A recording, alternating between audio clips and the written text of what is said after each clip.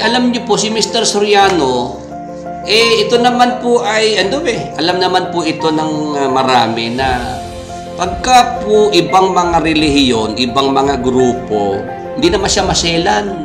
Ha? Kahit nga lasenggo sa kanto, pinapatulan yan eh. Ha? Pagdating lang po sa Iglesia ni Cristo, doon po siya choosy. Doon na po nagsesilan si Mr. Soriano na kailangan puno sa puno ang maglalaban. Leader sa leader ang magdidebate. Pagka INC na po ang makakadebate niya. O ngayon, noong ako naman po ay tumiwalag nga dyan sa grupo ni Mr. Soriano at ako po ay meron na pong samahan na pinangungunahan, di hinahamon ko si Mr. Soriano. Mr. Soriano, leader sa leader, maglaban tayo. Ang sagot naman hindi ako lumalabas sa tiwalag. Paano ka, Michael?